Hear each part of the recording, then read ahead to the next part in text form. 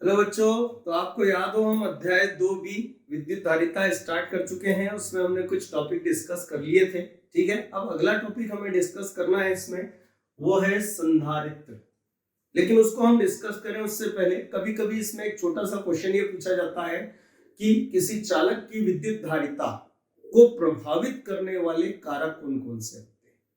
तो ध्यान से देखिएगा, पहले उसको हम डिस्कस कर लें। छोटा सा एक टॉपिक है, उसके बाद आगे बात करेंगे। तो ध्यान से देखिएगा, हमने इस अध्याय में पिछले वीडियोस में कहीं पर गोलीय चालक की धारिता के लिए व्यंजक स्थापित किया था। बच्चों को यह व्यंजक ये था, ठीक है।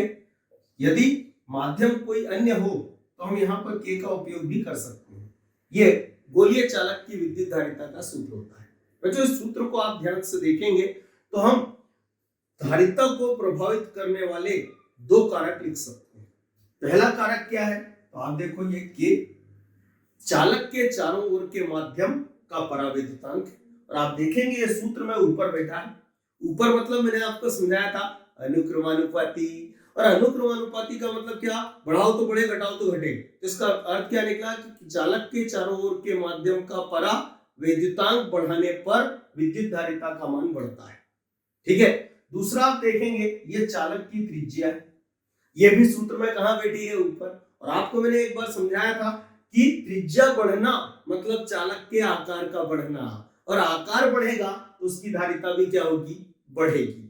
ठीक है, ये दो कारक तो हमने देखे। तो मैं एक बार फिर रिपीट कर दूं कि किसी भी चालक की विद्युत धारिता को प्रभावित करने वाले बच्चों टोटल 3 कारक होते हैं। उनमें से पहला कारक होता है चालक का आकार, बढ़ाने पर उसकी विद्युत धारिता भी बढ़ती है। दूसरा होता है चालक के चारों ओर के माध्यम का परावैद्युतांक, बढ़ाने पर भी विद्युत धारिता का मान बढ़ता है। अब बच्चों हम तीसरा और आखिरी कारक समझे, ध्यान से देखिएगा। तो विद्युत धारिता की हमने कभी परिभाषा पढ़ी थी बच्चों, उस परिभाषा के अनुसार C बराबर Q/V होता है। C बराबर क्या होता है, Q/V। और आपको याद हो तो अध्याय 2A में हम पढ़ चुके हैं कि विद्युत को विभव को प्रभावित करने वाले टोटल 4 कारक होते हैं। और चौथा कारक बच्चों हमने समझा था, शायद आपको याद हो, याद है ना। चौथा कारक क्या था, चालक के निकट अन्य चालक की उपस्थिति। तो जब हम आवेशित चालक के निकट किसी अनावेशित चालक को रखते हैं तो हमने पढ़ा है कि आवेशित चालक पर विभव का मान घट जाता है। और इस सूत्र में बच्चों विभव कहां बैठा है, नीचे। और यदि विभव घटेगा तो डेफिनेट धारिता का मान बढ़ेगा। तो प्रभावित करने वाला तीसरा कारक होता है चालक के निकट अन्य चालक की उपस्थिति। और हम क्या बोलेंगे, आवेशित चालक के निकट अनावेशित चालक को रखने से आवेशित चालक की विद्युत धारिता बढ़ जाती है।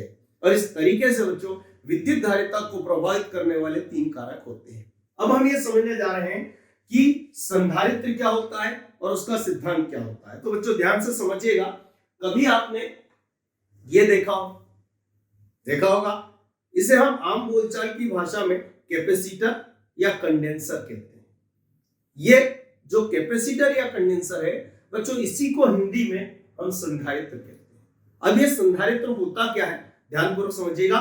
मतलब हमारे अनुसार स्थिर विद्युत वाले अध्याय के अनुसार इस विद्युत संधारित्र की परिभाषा क्या होती है, हम ये समझने जा रहे हैं। तो ध्यान से देखिएगा बच्चों, ध्यान से देखना। हमने ये चालक लिया जिसको धन आवेशित किया, बच्चों उसको नाम दिया ए। और हमने अध्याय 2A में पढ़ा है कि जब इस आवेशित चालक के निकट अनावेशित चालक को रखा जाता है तो अनावेशित चालक की निकटवर्ती सतह पर विजातीय आवेश और दूरवर्ती सतह पर सजातीय आवेश प्रेरित होता है। बच्चों हमने पढ़ा है इस घटना को विद्युत प्रेरण कहते हैं, याद है ना, विद्युत प्रेरण कहते हैं। फिर हमने ये भी समझा था कि अब इस स्थिति में इस चालक ए पर, बच्चों ध्यान से देखिएगा, इस चालक ए पर एक नहीं, दो नहीं, 3 विभव उत्पन्न होंगे। एक इसके अपने आवेश के कारण और 2 पड़ोसी के आवेश के कारण। अब मान लो इसके अपने आवेश के कारण इस पर विभव उत्पन्न हुआ बच्चों 7। पर हमने पढ़ा है जैसा आवेश वैसा विभव। तो यहाँ आवेश प्लस का है तो बच्चों ये विभव भी काय का होगा, प्लस का। अब 2 विभव और उत्पन्न होंगे, किसके कारण, पड़ोसी के कारण। बच्चों इस आवेश के कारण भी इस पर विभव उत्पन्न होगा। मान लो वो विभव कितना है, 5, और आवेश के साथ माइनस का, तो ये विभव भी काय का होगा, माइनस का। अब इस आवेश के कारण भी इस पर विभव उत्पन्न होगा। वो विभव हमने माना कितना, 2, प्रश्न उठता है वो 7 क्यों नहीं है, 5 क्यों नहीं है, 2 क्यों है। तो हमने पढ़ा है पिछले अध्याय 2 में कि दूरी बढ़ी तो विभव का मान घटता जाता है। तो जब हम यहाँ पर आए तो विभव कितना हो गया 5, 7 नहीं, और जब हम इधर गए तो विभव कितना रह गया 2। लेकिन आवेश काय का है, प्लस का, तो विभव भी काय का होगा, प्लस का। अब आप ध्यान से देखें तो ए पर कुल विभव कितना है बच्चों, तो 7 और 2 9 में से घटे 5, कितने बचे 4। इसका अर्थ क्या निकला कि जब भी हम आवेशित चालक के निकट अनावेशित चालक को रखते हैं तो आवेशित चालक पर विभव का मान घट जाता है।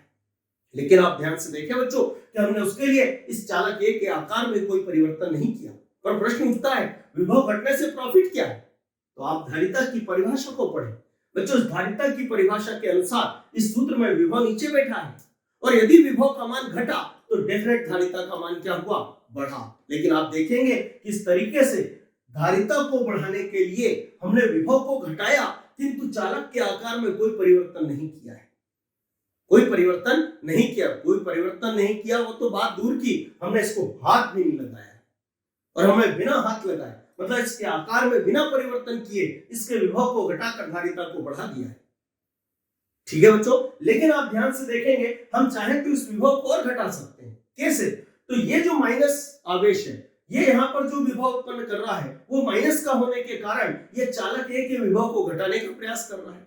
लेकिन ये जो धन आवेश है इसके कारण जो विभव उत्पन्न हुआ वो धन का है, तो विभव को घटाने नहीं बढ़ाने का प्रयास कर रहा है। अरे ये तो नालायक है फिर। तो इसका मतलब क्या निकला कि यदि हमारे पास ऐसा कोई तरीका हो कि इस आवेश को हम यहां से गायब कर दें तो ये विभव और घट सकता है और धारिता और बढ़ सकती है। तो अगले चित्र को आप देखें, हमने क्या किया, ये जो चालक बी है इसकी बाहरी सतह को हमने जमीन से जोड़ दिया। इसको बोलते हैं अर्थिंग या भू संपर्कित करना बोलते हैं। ठीक है बच्चों, अब हमने अध्याय 2 में ये समझा था, आपको याद हो कि जब भी किसी धन आवेशित चालक को जमीन से जोड़ा जाता है तो इलेक्ट्रॉन जमीन से चालक की ओर और धन आवेश चालक से जमीन की ओर जाते हैं। तो ये जो बाहर धन आवेश था ये कहां उतर जाएगा, जमीन में। तो क्लियर है, अब इस चित्र में आवेश केवल 2 जगह है, एक चालक ए पर और एक चालक बी पर। तो अब ए पर केवल 2 विभव उत्पन्न होंगे, एक इसके अपने आवेश के कारण बच्चों और एक पड़ोसी के आवेश के कारण। तो देखिएगा इसके अपने आवेश के कारण जो विभव है मान लो वो कितना है 7, और वो भी होगा काय का, प्लस का। और एक पड़ोसी के आवेश के कारण विभव कितना है 5, और वो होगा काय का, माइनस का। 2 ही विभव उत्पन्न होंगे क्योंकि तीसरा आवेश तो जमीन में उतर गया है। अब देखें ए पर कुल विभव कितना है, तो 7 में से 5 घटेंगे 2। बच्चों देखिए आप, पहले विभव 4 आया था, अब विभव 2 रह गया, मतलब और घट गया, और जब विभव और घटा तो डेफिनेट धारिता और बड़ी होगी।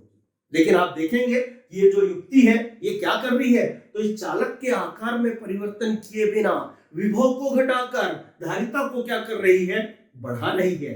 तो ऐसी जो युक्ति होती है उसे ही हम क्या बोलते हैं, संधारित्र। तो यदि हमसे पूछा जाए कि संधारित्र की परिभाषा बोलो तो हम क्या बोलेंगे, वह युक्ति जो चालक के आकार में परिवर्तन किए बिना उसकी विद्युत धारिता को बढ़ा देती है उसे हम बोलते हैं संधारित्र। अब जो हमें इस संधारित्र का सिद्धांत लिखना है और समझाना है, तो क्वेश्चन होगा संधारित्र किसे कहते हैं, इसका सिद्धांत लिखिए और समझाइए।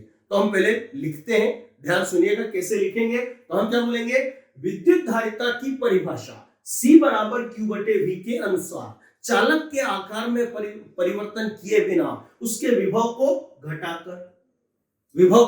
घटाकर धारिता को बढ़ाया जा सकता है, और यह संधारित्र का सिद्धांत होता है बच्चों। अब हम देखेंगे कि हम चालक के आकार में परिवर्तन किए बिना विभव को घटाकर धारिता को बढ़ाएंगे कैसे, वो व्याख्या करनी है हमें, उसको समझाना है। तो कुछ भी नहीं करना है, ये जो 2 चित्र बने हैं इन्हें हमें शब्दों में बखाड़ना है।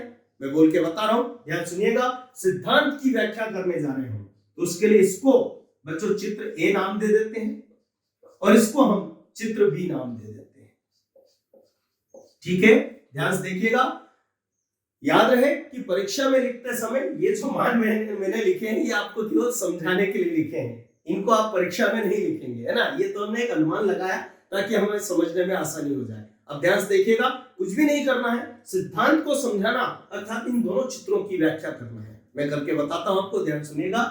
चित्र ए के अनुसार चालक ए को प्लस Q आवेश से आवेशित कर इसके निकट अनावेशित चालक B को रखने पर विद्युत प्रेरण के कारण चालक B की भीतरी सतह पर विजातीय आवेश और बाहरी सतह पर सजातीय आवेश प्रेरित होता है। प्रेरित ऋण आवेश चालक ए पर विभव को घटाने और प्रेरित धन आवेश चालक ए पर विभव को बढ़ाने का प्रयास करता है, किंतु ऋण आवेश का प्रभाव इससे अधिक है। हम क्या बोलेंगे? किंतु ऋण आवेश का प्रभाव अधिक होने के कारण चालक ए पर विभव का मान घट जाता है और धारिता बढ़ जाती है। अब चित्र बी के अनुसार चालक बी की बाहरी सतह को भूसंपर्कित करने पर संपूर्ण धन आवेश जमीन में समा जाता है, जिससे चालक बी पर केवल ऋण आवेश शेष रह जाता है। परिणाम स्वरूप चालक ए पर विभव का मान न्यूनतम हो जाता है और इसकी धारिता अधिकतम हो जाती है, और यह बच्चों सिद्धांत की व्याख्या कहलाती है। ठीक है, तो आज हम इस अध्याय में इतना ही रखते हैं, अगला फिर अगले वीडियो में देखेंगे।